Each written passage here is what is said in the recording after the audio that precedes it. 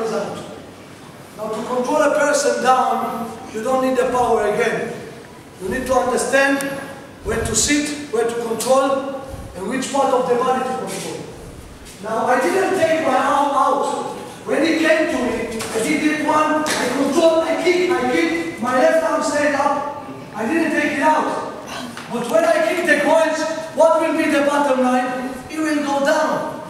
This is the motion of the body because he cannot go back, he will sit down.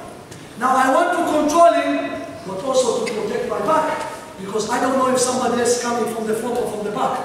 And this is the street fighting problems we have. Okay? So when I take him down to the floor and I go back, I punch, but I keep my head up. You cannot do this one. Because his friend is coming to you by running, you have a problem. So you can control him, you can go and stay up on him. If somebody else is coming, if you have an arm, you can pull the gun and shoot, or you can stay on him in order to control him.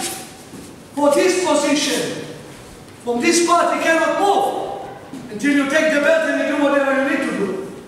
You cannot take his arm, take your arms out. But if I pull the head up, I will cause the damage to him.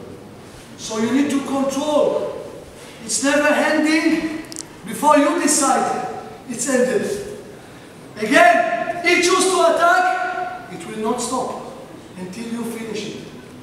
Okay? So,